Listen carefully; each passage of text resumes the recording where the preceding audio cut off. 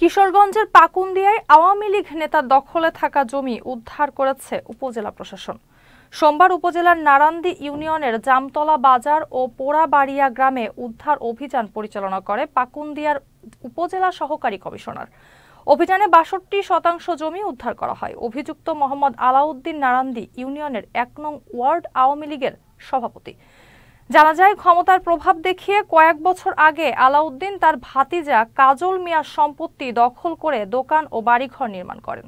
এখানে আজকে যে উচ্ছেদ করা হলো, এখানে বাদী এবং বিবাদী উভয়ের মধ্যে দীর্ঘদিন ধরেই জমি জমা সংক্রান্ত বিরোধ ছিল। এখানে বাড়ি ছিল, তারপর বাজারে দোকান ছিল।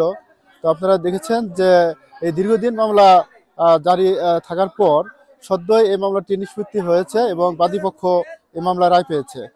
এর পরবর্তীতে বিজ্ঞ সহকারী জজ আদালত কিশোরগঞ্জ এর যে ডিক্রিকৃত মামলার যে আদেশ হয়, সেই আদেশের প্রেক্ষিতে আমরা ইতিপূর্বে আর চেক করে দেখেছি সরকারি স্বার্থ আছে কিনা। সরকারি স্বার্থ নেই। এরপর আজকে ডেট ছিল যে আজকে উচ্ছেদ অভিযান পরিচালনা করা হবে। উভয় পক্ষকে পূর্বে নোটিশ করা হয়েছে। এর পরবর্তীতে আজকে আমরা এই উচ্ছেদ অভিযান পরিচালনা করলাম।